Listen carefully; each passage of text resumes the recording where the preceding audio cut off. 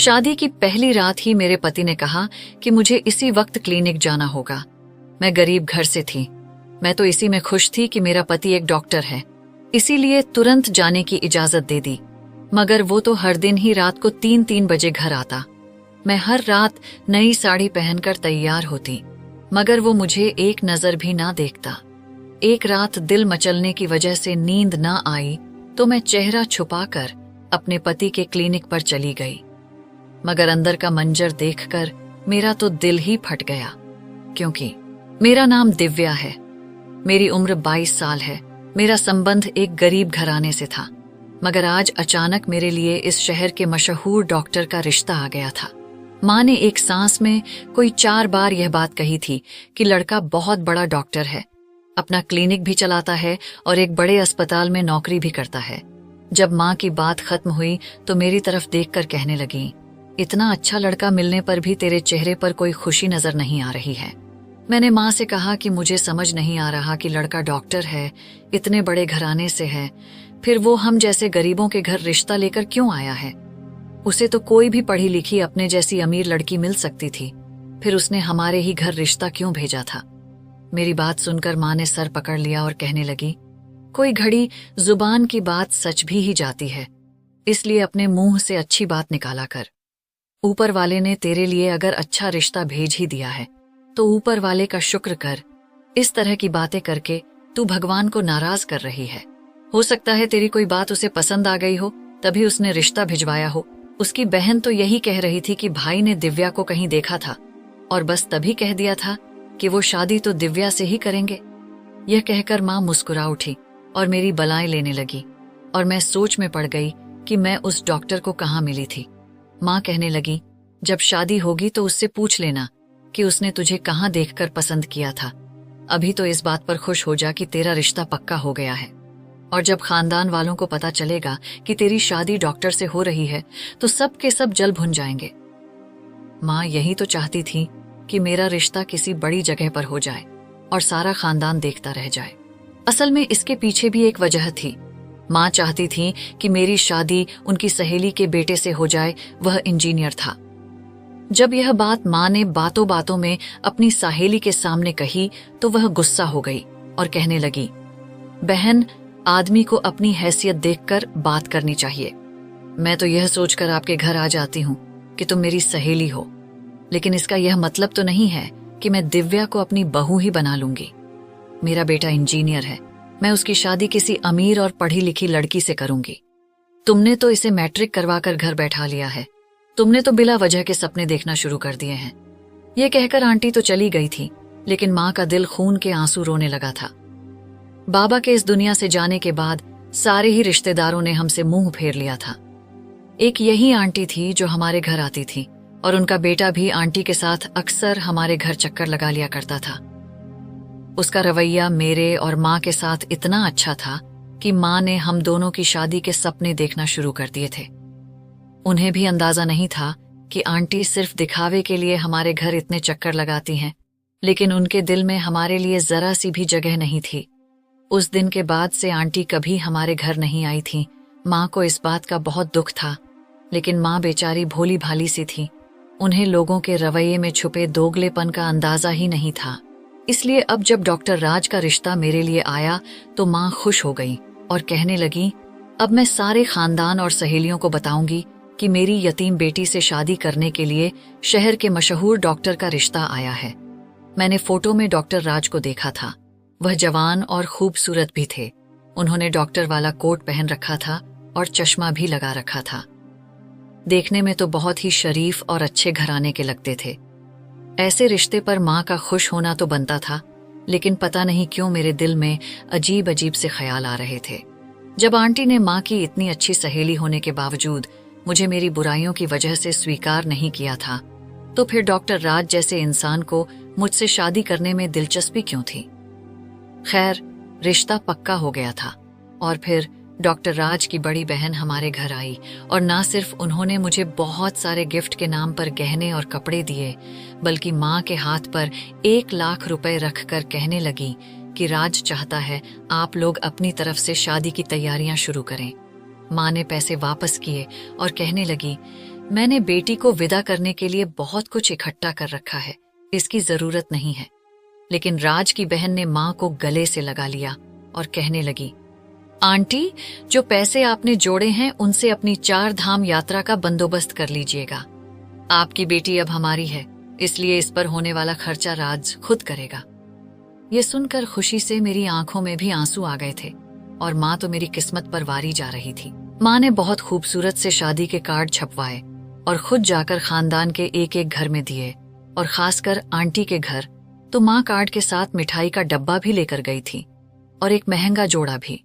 जब माँ वापस आई तो उनका चेहरा चमक रहा था। कहने लगी, मैंने तुम्हारी आंटी को कार्ड के साथ जोड़ा भी दिया है। तुम्हारी आंटी तो हैरान ही रह गई जब उसे यह पता चला कि राज इस शहर का बहुत बड़ा डॉक्टर है। उसका चेहरा तो देखने वाला था। यह कहकर माँ जोर से हंसी थी और माँ को खुश देखकर मैं भी खुश हो गई थी। देखते ही देखते मेरी शादी का दिन आ गया। मेरे लिए राज की तरफ से एक बहुत ही महंगा जोड़ा और सोने के महंगे गहने भेजे गए थे। मैं जब तैयार होकर स्टेज पर बैठी तो खानदान की सब औरतों की नजरें मुझ पर ही जम गईं, और फिर मैं बड़ी शान से विदा होकर राज के साथ उनके आलीशान घर में पहुंच गई थी। उनका घर बहुत ही खूबसूरत था और मेरी राज के साथ नई जिंदगी की शुरुआत भी बहुत खूबसूरत हुई थी।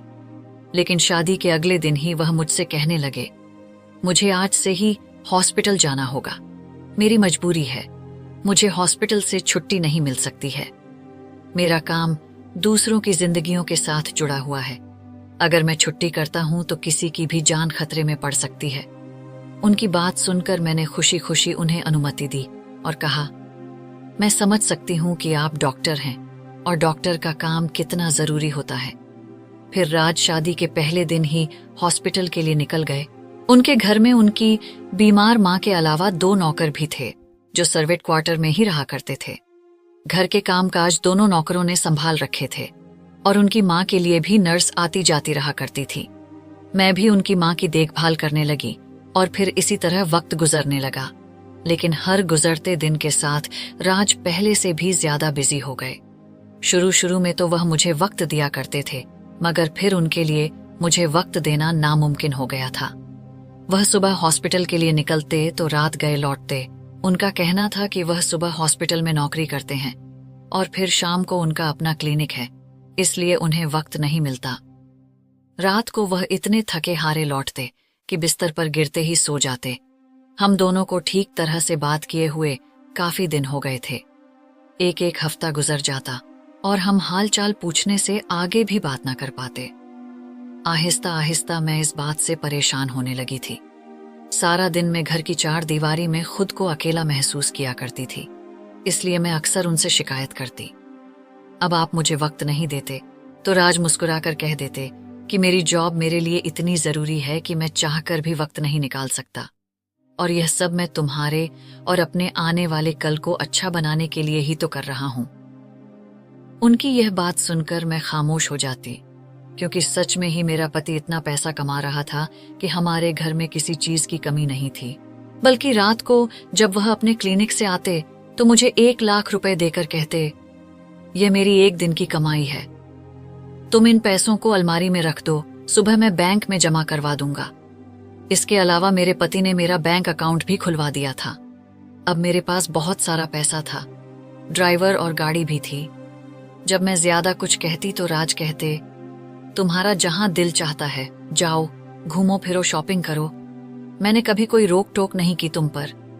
और यह बात भी सच थी कि राज ने मुझे किसी बात से नहीं रोका था। जब मेरा दिल चाहता मैं गाड़ी में बैठती और अपनी माँ के घर पहुंच जाती। मुझे खुश देखकर मेरी माँ भी बहुत खुश हो जाती, और अब तो मेरी इतनी बड़ी गाड़ी देखकर पूरे मोहल्ले में मेरे चर्चे होने लगे थे। हर कोई मेरी किस्मत पर हैरान था और मैं खुद भी ऊपर वाले की बहुत आभारी हूं कि उसने मुझे इतना सब कुछ दिया था। मुझे राज जैसा पति मिल गया था, लेकिन बस अब एक ही परेशानी थी कि अब मेरे और राज के बीच दूरियां बढ़ती ही चली जा रही थीं। हमारी शादी को 7 महीने होने वाले थे और मैं प्रेग्नेंट भी नहीं हुई थी। हर कोई मुझसे बच्चे के बारे में सवाल करने लगा था, लेकिन राज के पास इतना वक्त ही कहाँ था कि हम दोनों इस बारे में कोई बात कर पाते। एक दिन मैंने नाश्ते की टेबल पर उनसे कहा, आज आप जल्दी वापस आइएगा, मुझे आपसे एक जरूरी बात करनी है। तब राज ने साफ मना कर दिया। कहने लगे, मौसम बदल रहा है, क्लिनिक में भीड़ बहुत ज्यादा होती है, मेरे लिए जल्दी आना मुमकिन नहीं होगा। मैंने उनका हाथ पकड़ लिया और कहा कि ठीक है, फिर आप जाने से पहले मेरी बात सुन लीजिए। राज ने मुस्कुराकर मेरी तरफ देखा और कहा कि मैं रात को आकर तुम्हारी हर बात सुनूंगा, मगर अभी मैं जल्दी में हूं। इससे पहले कि मैं कुछ और कहती, वो फोन कान से लगाते घर से निकल गए। मेरा दिल उदास हो गया था। उन्होंने मेरी बात को जरूरी नहीं समझा था, जबकि मैं बच्चे को लेकर बात करना चाहती थी। मेरा मूड बहुत ही ज्यादा खराब था। एक दिन मेरी पुरानी सहेली का फोन आ गया। काफी देर में उससे बात करती रही और फिर बातों बातों में मैंने उसे बताया कि मेरा पति कितना बिजी रहता है। तब वह मजाक में कहने लगी, अगर ऐसी बात है तो फिर तुम भी बीमार पड़ जाओ, तुम्हारा पति मरीज समझकर तुम्हें भी वक्त दे देगा। उसने तो यह बात मजाक में कही थी, लेकिन यह बात मेरे दिमाग में बैठ गई और मैं सोचने लगी, क्यों ना मैं मरीज बनकर अपने पति के पास चली जाऊं और उनसे बच्चे के बारे में बात करूं, वो मेरी बात ध्यान से सुनेंगे। अगले दिन मैंने उनके ड्राइवर से क्लिनिक का पता ले लिया और सख्ती से ड्राइवर से कहा कि वह राज को इस बारे में नहीं बताएगा। पहले तो ड्राइवर परेशान हुआ, लेकिन फिर मैंने उसे संतुष्ट कर दिया और कहा कि तुम्हारे साहब का बर्थडे है, मैं क्लिनिक पर गिफ्ट भिजवाकर उन्हें सरप्राइज देना चाहती हूँ। मेरी बात सुनकर वह बहुत संतुष्ट हो गया था। रात होते ही मैं जाने के लिए तैयार हो गई। मैंने घूंघट किया और चल दी। मैंने सोचा था पहले जाकर अपनी परेशानी अपने पति को बताऊंगी और फिर जब वह कोई दवाई लिख देंगे तो उन्हें अपना चेहरा दिखा दूंगी और फिर उनसे कहूंगी कि जब तक वो मुझे वक्त नहीं देंगे तब तक मैं मरीज बनकर उनके क्लिनिक पर आती रहूंगी। मैं गाड़ी में बैठी बैठी दिल ही दिल में खुश हो रही थी, लेकिन मुझे क्या पता था कि वहां जाने के बाद मेरे साथ क्या होने वाला था। ड्राइवर मुझे एक दूर इलाके में ले गया। वह एड्रेस वहीं का था। मैंने हैरत से पूछा कि हम इतनी दूर क्यों आए हैं। ड्राइवर कहने लगा कि साहब यहाँ गरीबों का इलाज करते हैं, वह पैसे भी नहीं लेते और ज्यादातर दवा के पैसे भी खुद ही दे देते हैं। ड्राइवर की बात सुनकर मैं हैरान रह गई, क्योंकि यह बात तो मेरी समझ से बाहर थी। अगर वह मुफ्त में इलाज करते थे तो मुझे पैसे कहां से लाकर देते थे। खैर, मैं यह सोचकर खुश हो गई कि मेरे पति गरीबों के लिए इतने अच्छे विचार रखते थे। जब मैं वहां पहुंची तो मुझे यह देखकर हैरत हुई कि वहां लोगों की भीड़ लगी हुई थी और हर कोई मेरे पति की तारीफ कर रहा था। हर किसी का कहना था कि डॉक्टर साहब एक रहमदिल इंसान है। मैंने भी पर्चा लिया और लाइन में बैठ गई। कुछ ही देर बाद एक नर्स मेरे पास आई और उसने मेरा ब्लड प्रेशर चेक किया और फिर वह पूछ रही थी कि मैं किसके साथ आई हूं और कहां रहती हूं, मुझे क्या बीमारी है, मेरे घरेलू हालात कैसे हैं। मुझे लगा कि शायद उनका मदद करने का यही तरीका है। पहले नर्स मरीज के बारे में जानकारी हासिल कर लेती है कि वह इलाज करवाने के काबिल है या फिर उसे मुफ्त का इलाज चाहिए और फिर उसे डॉक्टर के पास भेजा जाता है।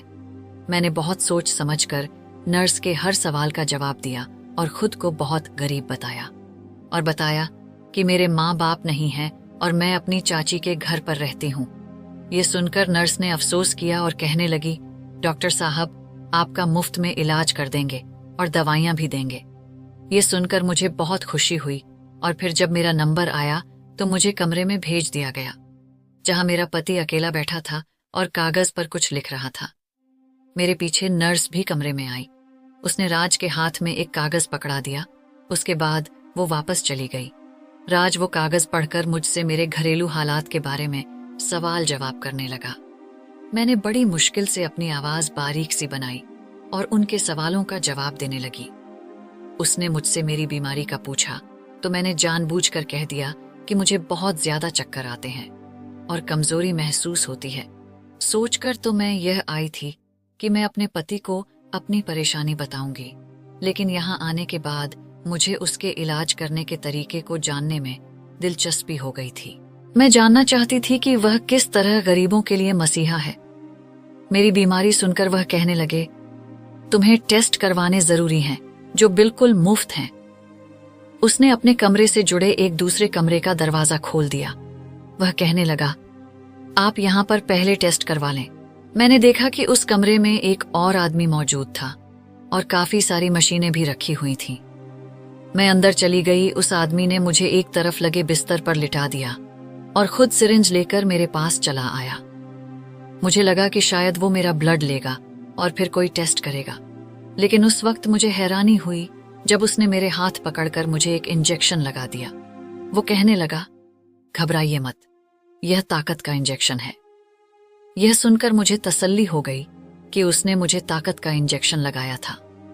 लेकिन थोड़ी ही देर बाद मेरी आंखों के सामने का मंजर धुंधला होने लगा और जब मुझे होश आया तो मैं उस कमरे में नहीं थी, बल्कि एक छोटे से कमरे में बंद थी। मुझे समझ नहीं आ रहा था कि मैं कहाँ हूं और मेरे साथ क्या हुआ है। होश में आते ही मैंने चीखना चिल्लाना शुरू किया तो एक आदमी कमरे के अंदर आया और कहने लगा, शोर मचाने की जरूरत नहीं है, तुम शहर से बहुत दूर हो और यहाँ कोई तुम्हारी मदद करने वाला नहीं है। मैंने पूछा कि तुम तो मेरा टेस्ट करने वाले थे और ये तुम मुझे कहाँ ले आए हो। वो हंसा और कहने लगा, आज के दौर में कौन मुफ्त टेस्ट करता है।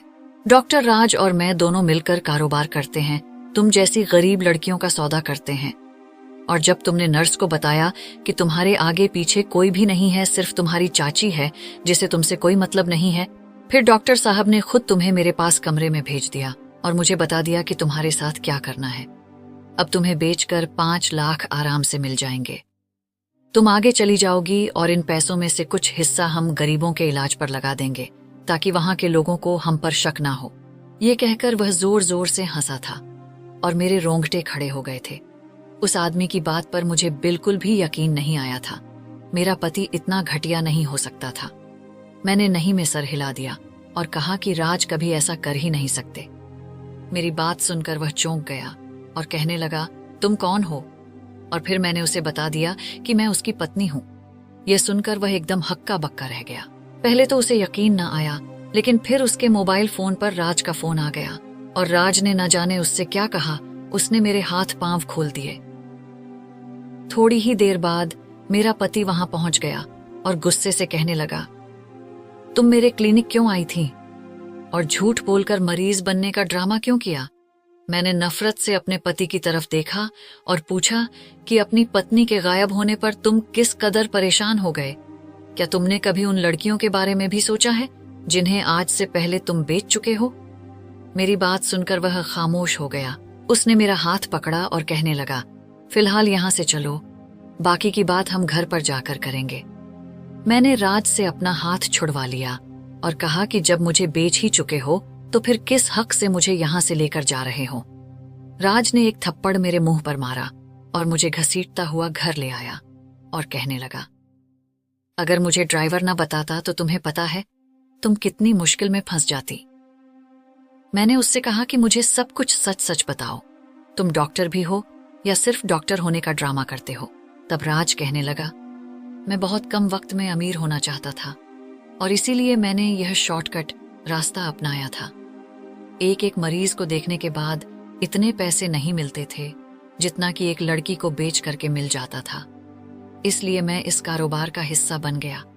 मैंने राज से पूछा, क्या तुम्हें बिल्कुल भी इंसानियत का ख्याल नहीं आया था? वो कहने लगा कि नहीं, मुझे बस पैसा चाहिए, इसके अलावा मेरा कोई मकसद नहीं है। मैंने राज से कह दिया कि मैं और उसके साथ अपनी शादीशुदा जिंदगी को आगे नहीं बढ़ाना चाहती। यह कहकर मैं उसके घर से निकल आई। राज सोच रहा था कि वो कुछ दिन बाद मुझे मना लेगा, मगर मैंने यह नौबत ही नहीं आने दी और मैं अपने घर से जाने के बाद सीधा पुलिस स्टेशन गई थी। वहां मैंने पुलिस को सब कुछ सच बता दिया कि मेरा पति डॉक्टर की वर्दी में एक भेड़िया छुपा हुआ है। पुलिस वालों ने बड़ी हैरत से मुझे देखा था और फिर मेरी कंप्लेन पर उसी वक्त एक्शन लिया था। मैं संतुष्ट होकर अपने घर लौट आई थी। मेरी माँ ने सब कुछ जानने के बाद मुझे अपने सीने से लगा लिया था। पुलिस वालों ने छापा मारकर राज और उसके ग्रुप को पकड़ लिया था। इस सब के बाद मैंने राज को तलाक दे दी थी और 1 साल बाद मेरी माँ ने मेरी शादी रमेश से कर दी थी। मेरे पति रमेश की कमाई राज से बहुत कम थी, मगर मुझे इस बात की बहुत खुशी है कि वो मेहनत से कमाता है और मैं उसके साथ बहुत खुश हूँ।